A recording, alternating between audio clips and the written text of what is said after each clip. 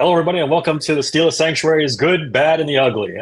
It's just me and Bob Quinn today due to other people's life happen stuff. And it's going to be just me and Bobby tonight. You're stuck with us. Bobby, how you doing? Wonderful. We're excited to talk about and put to bed the Steelers Commanders game. We're missing Leanne, Zach, and David, but hey, the important people are here. That's it, brother. You and me and the rest of them, well, it is what it Yeah, is. exactly. All right, let's start out with the good. Do you want to go first with the ugly? Yeah, Lots of good from this game. there were a couple of really good choices. I took Cam Hayward. Overall throughout the entire game, I don't know that it was his best game, but when they really needed him to somebody to make a play in the fourth quarter, it was Cam Hayward. That rush right up the middle where he basically carried the center back to Jaden Daniels and angrily sacked him, I thought was the real moment in the game, especially after the Jalen fumble, where, okay, maybe we still have a chance. And then the next play where, he made another good play. I was really surprised. I mean, I still don't forgive him for the whole Cleveland thing, but at the same time, I mean, he really, really played well. And honestly, at a time where with Alex hurt and the defense kind of floundering, it was important. It was clutch. Well, I'm shocked that he's still playing at this level. He's better than last year. Probably as good as he's been in the last couple of years. He's having a phenomenal season. And look, I was one of those people that didn't want them to re-sign him at a big contract. Of course, we want Cam Hayward back. I mean, I don't think you would find one Steeler fan that didn't want Cam Hayward back. It's just the money and how much they were going to pay him. But man, I don't think you can put a number on what he's done for the Steelers this year. It's been pretty remarkable. He's been great, and it's a great choice. I mean, again, this game against the Commanders, just dominant at what, 35, 36 now? 35 years old. He might be 36 now. Just I know PFF has him, I think, ranked as the number one player at his position, which is defensive tackle. Unbelievable. It's incredible the year he's having, especially when, at the end of last year, it looked like, maybe they needed help. Not so much that he couldn't still play, but maybe he needs a lot more rest now at his age, but he's not showing it. Not at all. Not at all. All right. For my good, I went with Patrick Queen. I mean, definitely his best game as a Steeler. I mean, he was all over the field. I watched the All 22 today, but he popped everywhere you looked. He was there. He even had a good pass defense in the game. He had 13 tackles to lead the team, 2 tackles for a loss. This is what they paid him for. This is why they paid an inside linebacker this kind of money. Just sideline to sideline. There was one play, he stuffed the gap, and then Jaden Daniels kept the ball, so he circled around and made the play on Jaden Daniels on the sideline. I was a little suspect with this signing. I thought we're spending more money on a defensive player when we're already, one of the top paid defenses in the league. But if he plays like this, especially with the rest of the schedule, the Ravens coming up twice, it's going to be well worth it. And I thought he was probably one of the best players on the team on defense, right there with Cam Hayward. Yeah, I heard some talk that, they didn't feel like Queen was spying on Jaden Daniels. I thought he was. Maybe some plays he wasn't. The rush was very disciplined against Daniels. We know the Steelers have a disciplined rush. I'll be interested to see if there's a couple times where Lamar tries to escape and it's Queen coming up to get him. By far his best game. I mean, definitely what you want to see out of the guy who you signed to the biggest free agent contract in team history. Did you notice Landon Roberts has been starting to eat into some of those inside linebacker snaps from Peyton Wilson? Peyton Wilson, yeah. I don't know if it's just team specific where this team maybe a little bit more running or what, but I saw the last 2 or 3 weeks he's been eating into Wilson's. He's even been out there on passing downs a little bit, so that's kind of interesting too. Well, I think John has a good point here that it's going to be Roberts versus Henry. I mean, that's the matchup they want. That's a gimme. The hard part is, with the Baltimore offenses, because of the RPOs, it almost makes Henry more dangerous. It does. It makes you wonder, too, if you can predict the running downs. I would assume you're going to see Preston Smith and and Landon Roberts on the field a lot. And then on the obvious passing downs, that's where you may get a Peyton Wilson and Nick Herbig. I thought Andrew Filipponi made a really good point this afternoon, which is surprising. You don't want necessarily Nick Herbig in his first game back set the edge against Derrick Henry. You're right. I think Preston Smith will play a big role in the game. I agree with him that they'll need him to kind of set the edge. He's a good pass rusher. I do want to see what happens though in obvious passing downs. Herbig going after Jackson. I think that's going to be box office to watch that. Should be fun. We do not want to see him trying to set the edge and Derrick Henry running full speed at him though. Hall of Famer Nick Herbig might get tire tracks run over him. This is my problem with Nick Herbig. He's a little smaller. I don't know if he holds up to this kind of team, this kind of player. I think he's a good, relief pitcher. Put him in, when everyone's tired or a few snaps a game, let him go crazy. But games like this concern me a little bit. I honestly think, from Herbig's perspective, Derrick Henry is kind of a unicorn. If he was trying to tackle Najee and Derrick Henry, no, it's not the best matchup. But on these, teams where we're playing running backs who are normal size humans for NFL players, I don't think it's as glaring. But we don't know how healthy he's going to be and if he's going to have that burst off the edge. That's another thing. We don't know how. All right, for bad, I guess I'll go first. I feel like I'm picking on this guy, and I am, but I don't mean to be mean about him. But Van Jefferson, goose eggs again. This is the fourth time in 10 games that he's had 0 catches for 0 yards. He's at 14 for 139 for the whole entire 139 receiving yards for the entire season. This is wide receiver 2. This is the definition of bad. Is this the last week he even starts? If he starts this week, Mike Williams take his snaps completely after this week? I think it's probably. Yeah. This is by far Omar Khan's worst free agent signing. Complete waste. I know he's a good blocker. I know he's an okay receiver, and he's an okay depth guy. If he's 4th or 5th on the wide receiver depth chart, it's fine. But when he's 2, and you're getting goose eggs, it's just not. You can't. This can't happen. I give Omar the benefit of the doubt. I don't think he ever intended Van Jefferson to be number 2. I know there was a lot of talk from the coaching staff. Oh, we're happy with what we got. No, you're not. I think they expected they would get a trade done for somebody, and it all just fell through and blew up. At least I hope, because if that's how you judge wide receivers, then hey, we may be in for the whole Steelers know how to get wide receivers thing, which is kind of a myth anyway, as far as I'm concerned. Oh, it's been better than this, though. Is really going to get blown apart because, I can't separate Roman Wilson and Van Jefferson. Van Jefferson is not very good. The fact that you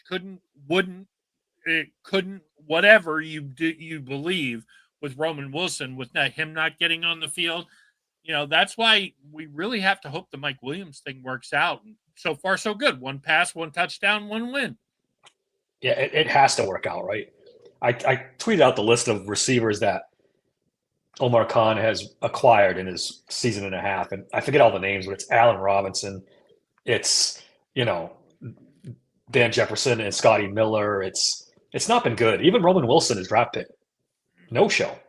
It's no fault of his, but it's like you're getting 0 production out of the wide receivers you put on the field, and that has to change. They need somebody.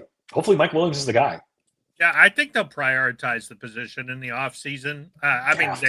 They have to. But, if you're expecting them, Pickens is eligible for a contract. So I think he's going to get most of the money. They're going to be looking for that solid number 2.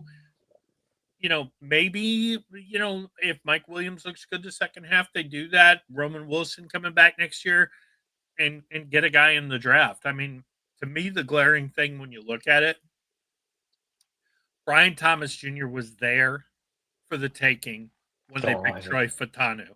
And, we haven't picked a wide receiver in the first round since Antonio Holmes, but, looking back, that's kind of a big miss to not get him.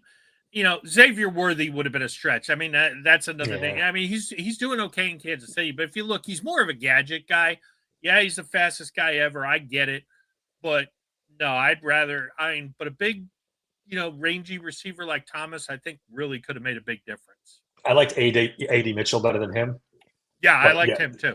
Brian Thomas was the guy. That was like me and Dave on the old podcast had this argument before. If you're drafting Fuatano in the first round, and you're never going to use him in a perfect world because they were always going to start Dan Moore. I truly believe that.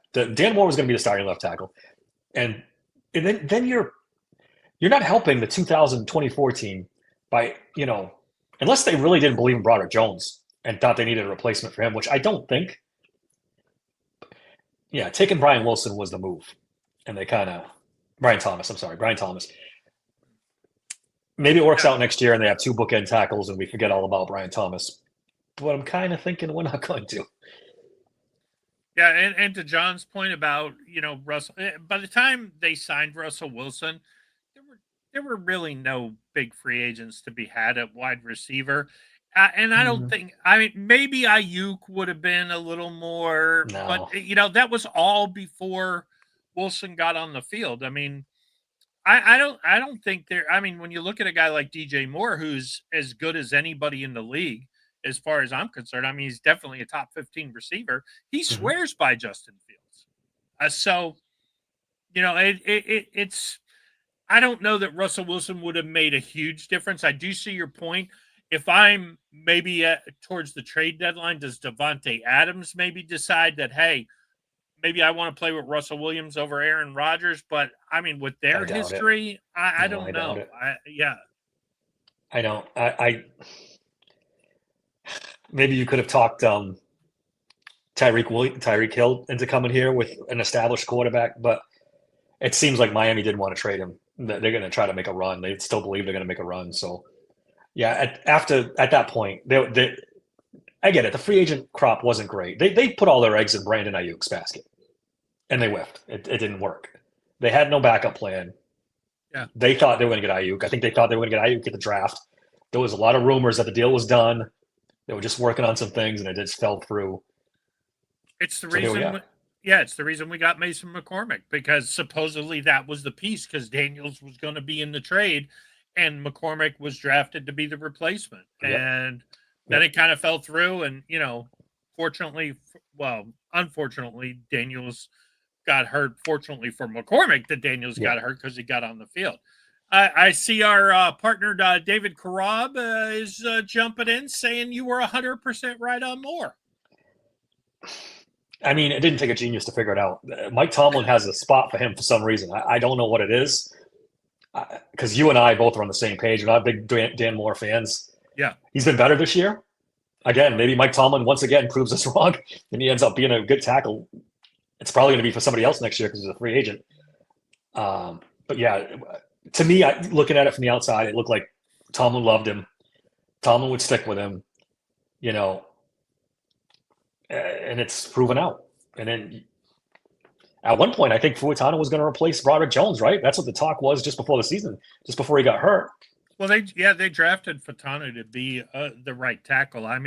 If you believe what Omar Khan said, hey, the left tackle was going to be Broderick, the right tackle was going to be Fuatano, and then Mike Tomlin decided, no, I'm not going to do that. And, that's what you wonder if there's a disconnect between them. You know? That's interesting. I'm looking at it, and I think, Omar is ultimately going to get his way, because he's just going to be like, hey, Mike, Dan Moore's getting paid $15 million to go play tackle in Arizona or wherever. What you going to do now? Why don't you play the guy I traded up to get at his position and see what happens? Mm-hmm. The scary thing, honestly, with Fuatano and the knee injury he had, is he going to be healthy next season? Because the idea of Broderick and Fuatano is appealing. But if Fatano's hurt, and now we're all of a sudden talking about Broderick and Spencer Anderson, I don't know if that's a great idea. No, they're going to have to get a veteran swing tackle. just in case, because both of these guys are question marks going into next year. They're going to need Yeah.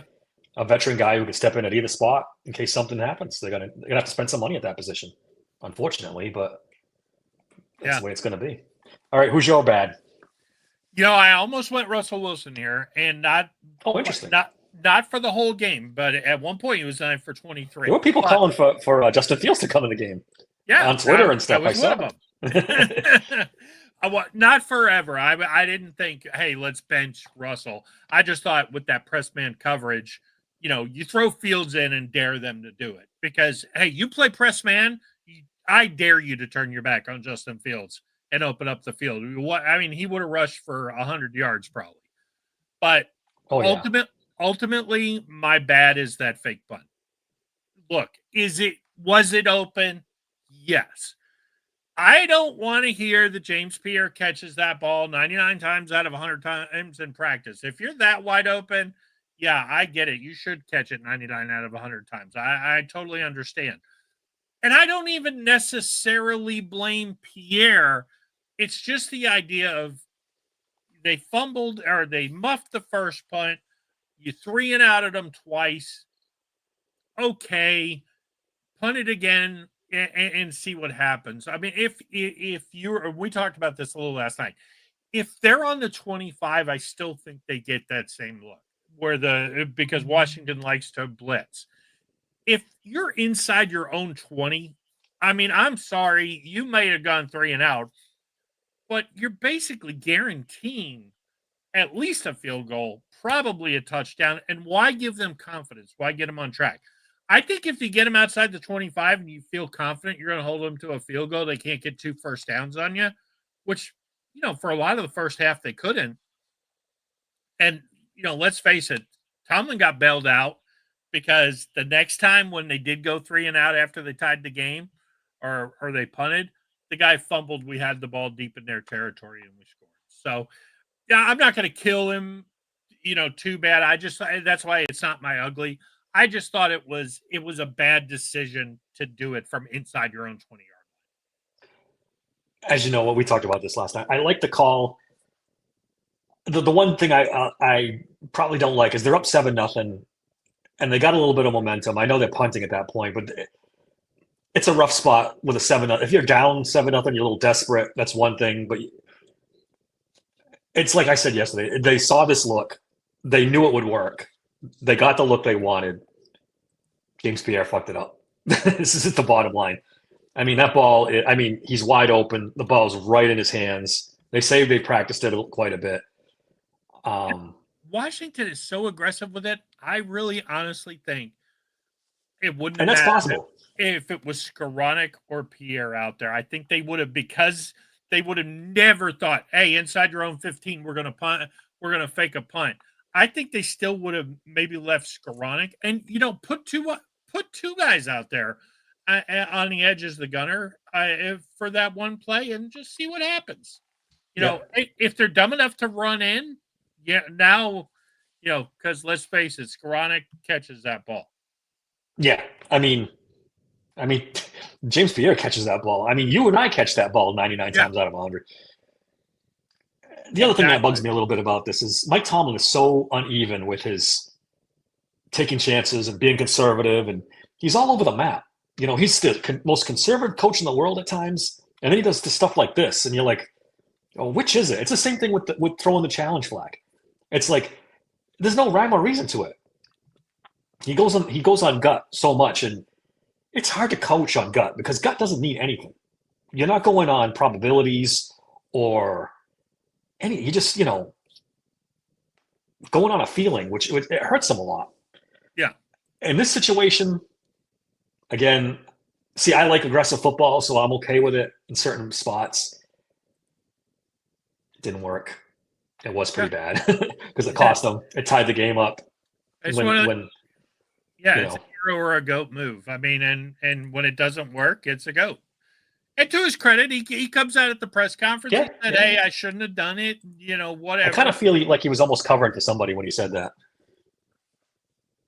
I'm going to take the heat because, Does Killebrew do that on his own? Did he the special teams coach maybe gets a little feeling himself after having a couple of good weeks and calls a fake punt at the wrong time. You never know. Yeah, exactly. It's hard to tell with Danny Smith there. For sure. All right, the ugly. I went with our friend Joey Porter Jr. My goodness, with the penalties, Bob, it's getting to the point of bad. He's up to what I write down here. I think it's 8 or 9 penalties this year. Mm-hmm. He's turned into Joey Porter Jr. Penn State. Grabby, clutchy. It might work there. It doesn't work here. He's got to turn this around. PFF gave him a 33.4 grade for the game. And I know we talked about this yesterday. The Commanders were picking on it. They were seeking him out with Terry McLaurin. They love that matchup. Yeah. And I get it. Terry McLaurin's a tough matchup, but if you're a number one corner, you're not supposed to be picked on. You're not supposed to be, targeted. And they were looking for that matchup openly, and that's kind of scary for the number one corner. In fact, the entire Steelers secondary did horrendous on PFF grades.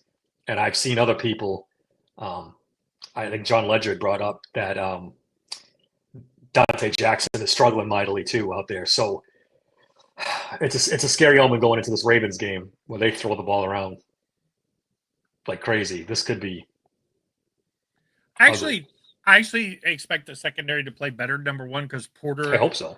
And maybe not so much Dante Jackson, but Porter, Cam Sutton, Minka, they have some insight. Deshaun Elliott used to play for him, so they have some insight into that passing game. And while Zay Flowers is a human joystick, I get it. I think the Steelers have a little bit better plan against the Ravens, and I don't see that the Ravens' passing game is different. I do think guys like Bateman are holding on to the ball. I think Mike Tomlin said some interesting things about our friend Deontay Johnson a little earlier. My goodness, he went on. I know people are trying to downplay this. He went out of his way to take a shot at Deontay Johnson. I'm sorry. They asked him, are you worried about Deontay Johnson? He's like, I haven't even thought about it. I have no video on him. He hasn't played. He hasn't even entered my mind. It's like, okay, I get it. He hasn't played much. At his best, he's a top-notch receiver. You should be somewhat worried about him if he plays. But Tomlin wasn't giving any of that. That was 2 barrels right to the back of the head to Deontay Johnson. And we heard the rumors that Deontay was a pain in the ass at the end of this last season he was with the Steelers, that he was really a pain in the meeting room. We saw some stuff on the sideline. You don't see Tomlin harbor resentment too often, but I think it's there, and it came out in that press conference. Yeah, and Carolina basically gave him away, mm-hmm. And they don't have anybody. So, you got to wonder how fast did he wear out his welcome, and he's already worn out his welcome in Baltimore. Yeah, there's already things in Baltimore, right? Yeah. Maybe Lamar decides okay, but I heard some talk that John Harbaugh might want to make it seem like Tomlin will have to eat his words and they'll overuse Deontay Johnson. Let's hope so. Because if they're forcing the ball to Deontay at the expense of not getting it to Zay Flowers and Andrews and Lively, that's good for the Steelers. What I'm most worried about in this game, and in years past, we've had a plan for Andrews. We've had a plan, although he's burned us. But when they go to that 2 tight end set, Lively and Andrews together, mm-hmm. That's going to be a problem. We're going to, especially if Patrick Queen is in the spiral, I do think when they go to that role, it's going to be hard because Landon Roberts will have pressure on the pass game. I think Peyton Wilson has to have a really good game here. Mm-hmm. He's had a pretty good rookie season, but there's been times where he's disappeared a little bit.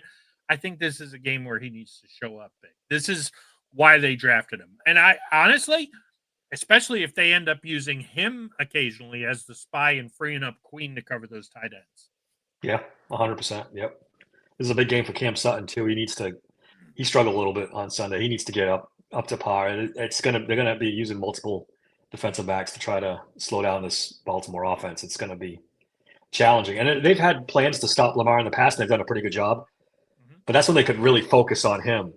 And now with Derrick Henry in that backfield, it's going to be a little bit more difficult to just, crash on Lamar Jackson like they like to do. This is going to be the toughest game they face this year for sure. Yeah, and David chimed in with hopefully Trice is healthy. Yeah. And then what do we think of Sutton? Do we see him getting bumped outside if Jackson can't play? He's probably the best. He's the best candidate, right? I mean, you're going to put C.J. Henderson out there, or even Corey Trice off an injury. He hasn't played in, 6 weeks? I think Trice would probably be the better choice, but he hasn't played in a long time. So I think, it's not like Sutton has played a bunch either. Knowing Mike Tomlin, it's going to be James Pierre. That's his guy. That's who he likes, the go-to guy, Maybe he can hang on to an interception. Let's hope. If he gets a chance. All right, for your ugly? Oh, I'm sorry. Did you want to say something else before we get on? No. For my ugly, a lot of people kind of glossed over this. I touched on it a little on the podcast last night. And I don't want to be too critical of Mike Tomlin here, but this has happened way too much over the last 2 or 3 seasons. When you win the toss, you defer. The big rage in the NFL is let's get that double score at the half. It's a big thing. If you play Madden, the strategy's been around for 35 years. It caught up to the NFL, a few years ago. Don't receive the ball. I understand Washington, leading the league in 3 and outs. I get it. I understand you want to go show and put points on the board. But bottom line is, you're on the road. Take the ball at the beginning of the second half so they can't build momentum. Even if you're up, let's say we were up 14, 17, 7. Now they come out of the locker room, they put a drive together. You're just giving them an opportunity for momentum. I don't like that idea, and Tomlin does it way too much. I understand a little more with the Russell Wilson, and you think your offense can go, but man, he was doing this with Kenny Pickett and Mitch Trubisky and Mason. I don't like it. I don't understand it. 40 years ago, that was the way you played. You win the toss, you take the ball. That's not the way anymore. Let's, please, Mike, please defer. It makes no sense. This is not the offense to be doing that stuff with. They've been better with Russell Wilson, granted, but they're still not the offense where you put them on the field first with full confidence they're going to drive down the field and score. This is not the offense. Your strength of the team still is the defense. Defer. Let the defense go on the field first. Get a stop.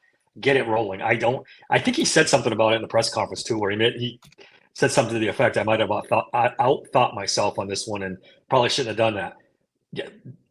Yeah, I agree with you 100%. Defer it, Mike. Just I don't know. It's again.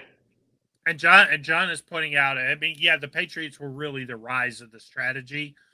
I hate to give surprise. Yeah, I hate to give Belichick credit, but he recognized that, especially with Brady. You can get a 10 to 14 point swing. They did it so many times. Yeah, they did it so many times. Yeah, it's a great point. And it's great if you have Tom Brady, or if you have Bill Belichick as a head coach, but when you're still trying to get Russell Wilson acclimated and you don't have a wide receiver too, and you're basically a running team, defer, put the defense out, get field position. You're asking your offense to drive 70 yards. Now, how many times has that happened for this team? And I know the defense starts slow. So even if the defense does start slow and you give up an opening drive touchdown, you got the whole rest of the half, the defense to catch up. Now you turn around, you go on a long drive, and you try to get yourself rolling. I don't understand. And even if worst case scenario, if it takes you a quarter to get going, all you got to do is score right at the end and then turn around, come out of the locker room and score again, and boom, you're right back in it. Yeah, I don't know many teams that don't defer anymore. It's like universally accepted as the way to go. You don't, unless you're the Chiefs from 3 years ago, or the Lions from this year, where you have a superpower offense and you can score at will. Yeah. You defer. Just another one of those things that Tomlin does that you just leaves you scratching your head. Like there's no rhyme, there's no reason, there's no explanation. Just a Yeah. Tomlin. And if you watch us or you follow me, yeah, I criticize Tomlin a lot. He's had a pretty good year. I mean, now are we picking at nits a little bit? Yes. But this is the kind of thing with a tough second half schedule that could have made the difference. Yesterday, Absolutely. those two decisions could have cost us the game, and a game we really can't afford to lose. And that's why I think, coming up this week, we got to be on it. I mean, 7-1 in the last 8 against the Ravens. I think Lamar is 1-4 when he starts against us, and he never has beaten our starting quarterback. He beat Mason and Duck. Although, really, if you go back and watch that game, if Juju doesn't fumble, we probably win that game. Mm-hmm. So, will Lamar have a chip? And honestly, with Derrick Henry, we were talking about, Derrick Henry hasn't done very good against us either. But I'm interested to see what happens with the combination of the two. Yeah, it's scary. It's terrifying. Especially if they come out pissed off and they're like, okay, that's it. We're getting the Steelers today. I have Derrick Henry in fantasy. He's been phenomenal. Mm-hmm. He's another one that defies time and keeps going. A guy like that who's taken such a beating over his career, like he's a physical back, to still be doing this. I think I brought it up a couple times on the podcast. That was the free agent signing of the off season. Yeah. By far. He's had such an impact on that team. He's turned them into what they are, one of the best offenses in the league. And honestly, if you think about Derrick Henry, yeah, he's physical and bruising, and you would think he's taking a beating. But honestly, when you think about it, other than Robert Spillane for the Steelers, he's usually giving it right. Who's ever really stuck Derrick Henry? Mm-hmm. I mean, Spillane has made a career off that one hit. He's played very well for the Raiders, but I mean, let's face it, he got paid a lot of money. Yeah. Relative, for an inside linebacker because he stuck Derrick Henry. Yeah, I mean that was on every highlight reel for that entire season. Like that was a textbook stick on a guy you're right, that doesn't happen to ever. Usually he's delivering the blow, not the defender. Yeah, exactly. Anything else from the Tomlin press conference? There wasn't a lot of earth-shattering stuff on there. He loves Lamar Jackson. He talks about that all the time. He's fascinated by him. Yeah. And Derrick Henry is another guy he likes a lot, which understandably, they're two very good players. What does John Enberg say here? The DBs have to help tackling for sure. Elliott's a big part of this game. There we go. Elliott and Minka both are going to have to help out. I wouldn't be surprised if they're in double-digit tackles, both of them. Yeah. I think this is a big Deshaun Elliott game because of the two. Not that Minka's not aggressive. I just think Elliott has demonstrated he's the bigger hitter. So you got to punish, and I think Elliott will punish. Minka is a willing and active tackler, but I can't think of too many times where I've seen Minka like, ooh, he took his head off. Elliott is he's a different level hitter, which is kind of what Minka needs. I think this is a game where Minka really needs to. We need a play. We need that center field.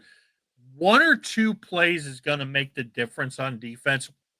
I fully expect we're going to give up 24. If you're expecting this to be 13-10, it ain't going to happen. I don't think so. Unless it's a monsoon. This is going to be. We're going to need. We may turn around at the end of the game and say, hey, we won 31-28 and the defense played awesome because that offense is that good. I mean, you got to realistically plan. They're going to score every 2 or 3 times they touch the ball. I'm glad you brought up Minka. And yes, he needs to make a play in this game because I looked it up. He hasn't had an interception since 2022. He hasn't made an impact play. No forced fumbles, no fumble recoveries. It's been a long time. And he averaged, and he's got, I think, 2 or 3 passes defended this year. When I looked up back in his career, he was averaging 10 a year. And he's got, I think it's 6 between the first half of this year and all of last year.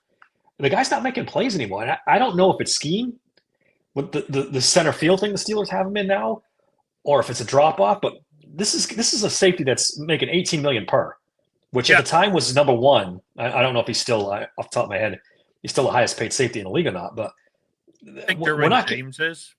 what is it? I think Derwin James is the He might highest. be. You're right. We're Minka's not still getting that top kind of 3. production Yeah, at all. And I'm the biggest Minka Fitzpatrick fan in the world. Ask anybody. I'm a Minka guy, but this has gone too long without yeah. any kind of he has no sacks, no interceptions, very few passes defended, no forced fumbles.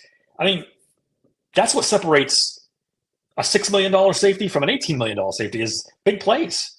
Yeah. And we've got none. I hate to pick on the guy, but the facts are the facts. I think he's got a better chance within divisional games to make an impact play. And that's why the Ravens, the Bengals, he always gets up for the Browns. I think there's a good chance in the second half of the season we'll see a couple of those impact plays. But the defense needs them. I mean, we've taken the ball away with some fumbles. It's been a little while since we've had a pick. I want to see us turning the ball over. Now, part of that has been we're built on pass rush, and Alex has missed time. Herbig has missed time. Teams are Yeah, quadruple yeah. teaming TJ. The pass rush has got to get home to force those turnovers.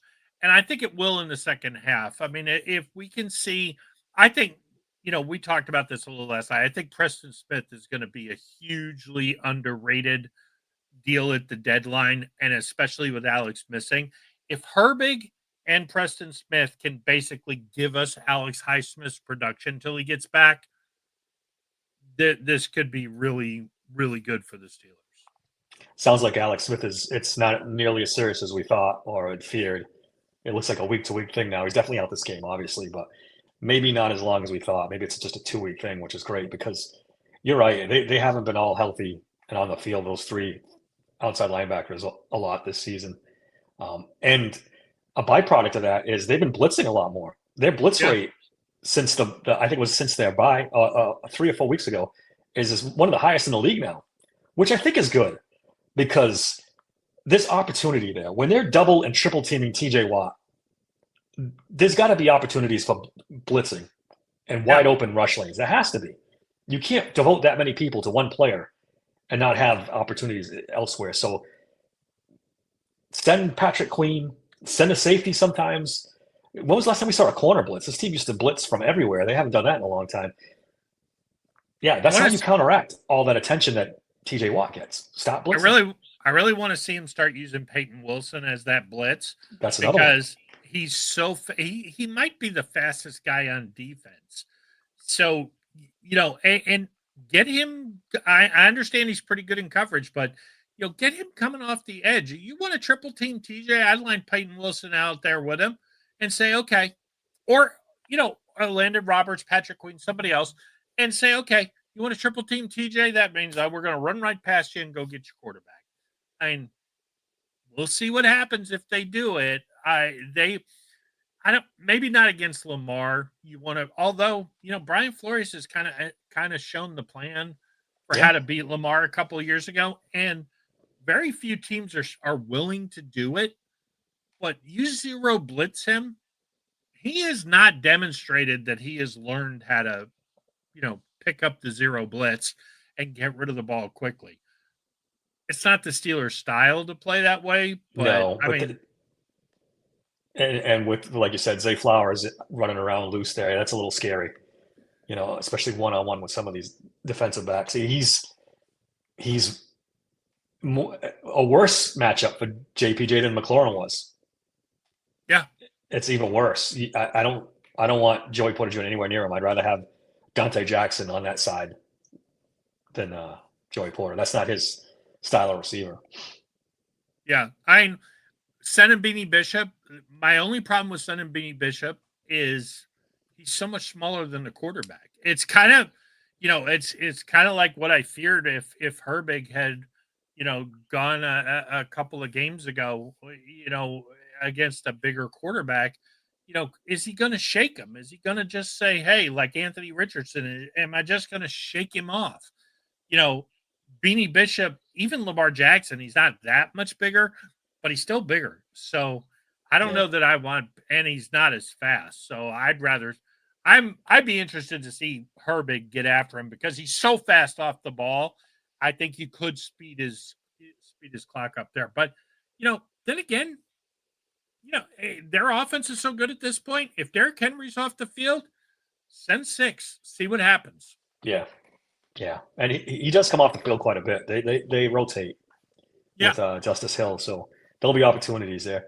I think you're 100% right too. That gap between where TJ Watt is and the defensive line, send somebody up that gap and force that double team to either get off TJ and let him one-on-one, or let a free runner basically to the quarterback. You pick your poison, because I'm watching the All-22 again, and TJ's almost to the point where he's accepting he knows the tight end's going to hit him. So now he's like, they've taken a step off his rush for sure.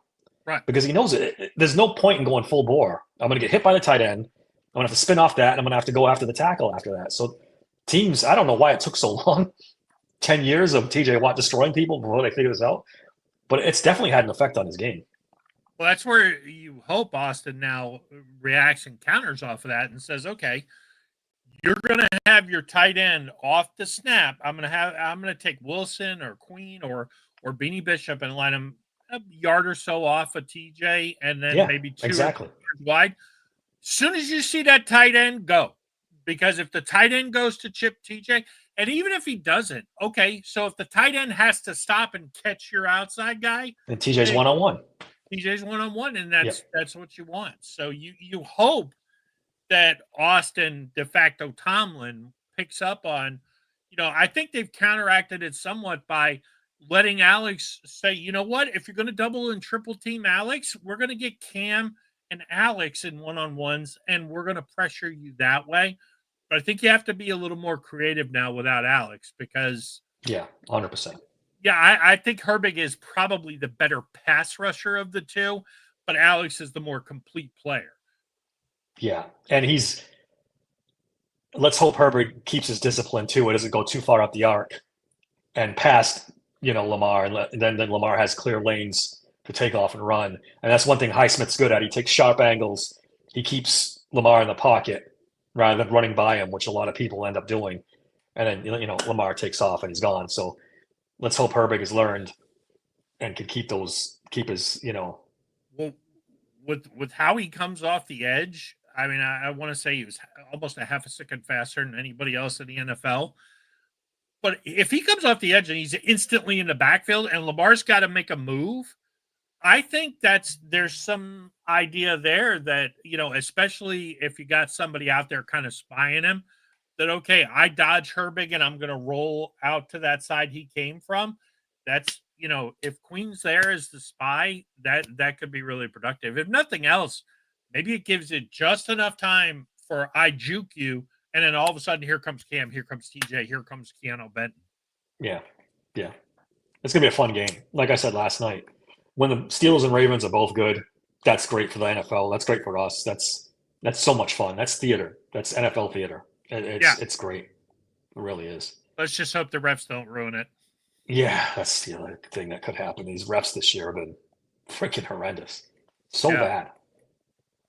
It's almost to the point where, you see certain crews and you're like, oh, no. You would hope the NFL sends, hey, Baltimore, Pittsburgh, who caused the least penalties? Send them. Yeah, exactly. All right. I think that's all I got. Unless you got anything else, Bob. This was a good podcast. No, absolutely. Just you and I. Yeah. Doing our thing. It's been good. Guys, thanks for all the comments in the comment section. As usual, we got our regulars that have been here and a couple others. We appreciate all that. Don't forget to subscribe to the podcast, to the YouTube channel, rate and review. That all helps us out a lot. The comments help a great deal. That's all I got. Thanks for listening to Steel Sanctuary Podcast. Until next time. No, it's over. Well, bye.